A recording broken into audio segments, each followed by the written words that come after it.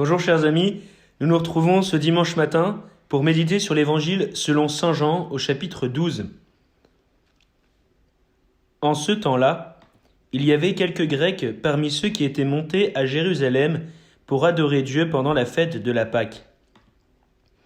Ils abordèrent Philippe, qui était de Bethsaïde en Galilée, et lui firent cette demande. « Nous voudrions voir Jésus. » Philippe va le dire à André, et tous deux vont le dire à Jésus.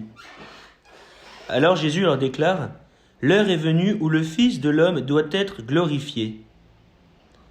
Amen, amen, je vous le dis, si le grain de blé tombé en terre ne meurt pas, il reste seul.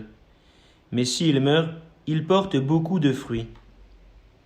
Qui aime sa vie la perd, qui s'en détache en ce monde la gardera pour la vie éternelle. Si quelqu'un veut me servir, qu'il me suive. Et là où moi je suis, là aussi sera mon serviteur. Si quelqu'un me sert, mon Père l'honorera. Maintenant mon âme est bouleversée. Que vais-je dire? Père, sauve-moi de cette heure? Mais non, c'est pour cela que je suis parvenu à cette heure-ci. Père, glorifie ton nom. Alors du ciel vint une voix qui disait, « Je l'ai glorifié, et je le glorifierai encore. » En l'entendant, la foule qui se tenait là disait que c'était un coup de tonnerre. D'autres disaient, « C'est un ange qui lui a parlé. » Mais Jésus leur répondit, « Ce n'est pas pour moi qu'il y a eu cette voix, mais pour vous. Maintenant a lieu le jugement de ce monde. Maintenant le prince de ce monde va être jeté dehors. Et moi, quand j'aurai été élevé de terre, j'attirerai à moi tous les hommes. » Il signifiait par là de quel genre de mort il allait mourir. Acclamons la parole de Dieu. Nous voudrions voir Jésus. C'est la demande des Grecs, de ces craignants Dieu qui viennent à Jérusalem.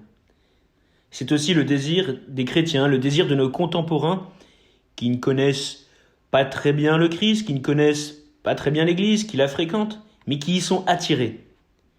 Nous voudrions voir Jésus. Seulement pour aller à Jésus, nous le voyons ici, il faut passer par son Église, par ses apôtres. Il faut passer par Philippe, par André. C'est l'affaire de l'Église, ce n'est pas l'affaire de chacun, ce n'est pas une spiritualité de salon où on travaille à son bien-être intérieur. C'est une spiritualité de la communauté et une spiritualité qui s'oriente vers le Christ, vers une personne. C'est ensemble que nous allons à Jésus. J'espère que nous désirons tous du fond du cœur voir Dieu. Voir Dieu, c'est notre vocation. C'est ce que nous ferons dans l'éternité. Nous verrons Dieu et nous serons tel qu'il est. Nous pouvons voir Dieu dans la création, nous pouvons voir Dieu dans nos frères et nos sœurs, aussi ennuyants soient-ils. Nous pouvons voir Dieu dans nos études, à travers notre intelligence, à travers notre prière, à travers la lecture de la Bible, nos activités du quotidien. Seulement pour voir Dieu, nous avons besoin des autres et nous avons surtout besoin de l'Église.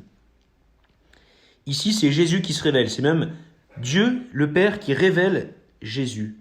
Nous sommes invités à le suivre. Et Jésus nous dit bien, si on veut le servir, il faut le suivre. Et le suivre, dans l'Église, dans la tradition, on dit que c'est la sequela Christi, c'est-à-dire que celui qui veut être le disciple de Jésus, qu'il renonce à lui-même, qu'il prenne sa croix et qu'il le suive. C'est là tout le mystère pascal. Mourir à soi-même, mourir avec Jésus pour vivre en Dieu. Dans cet évangile est résumé le mystère de la passion du Christ. À travers nos épreuves dans la croix du Christ, on peut les vivre en communion avec lui pour ressusciter et les vivre sous le regard du Père. C'est la parole du Père qui nous fortifie, la parole du Père qui dit aussi à chacun de nous, « Je l'ai glorifié et je le glorifierai encore ». C'est l'espoir de la vie éternelle, c'est l'espoir de la gloire du ciel qui nous permet de vivre notre croix. Sans la croix, point de salut. Mais quelle croix bienheureuse qui nous rachète et qui nous ouvre le royaume auquel nous pouvons déjà participer ici-bas. Chers frères et sœurs, je vous invite à accueillir cette parole et à désirer perdre votre vie pour trouver la vie en Christ. Je vous invite à vous tourner vers la Vierge Marie qui a accepté de perdre sa vie, elle qui a été la servante de Dieu. elle qui a accepté de suivre son Fils jusqu'à la croix. Mettons-nous sous son maternel patronage pour mieux voir Jésus.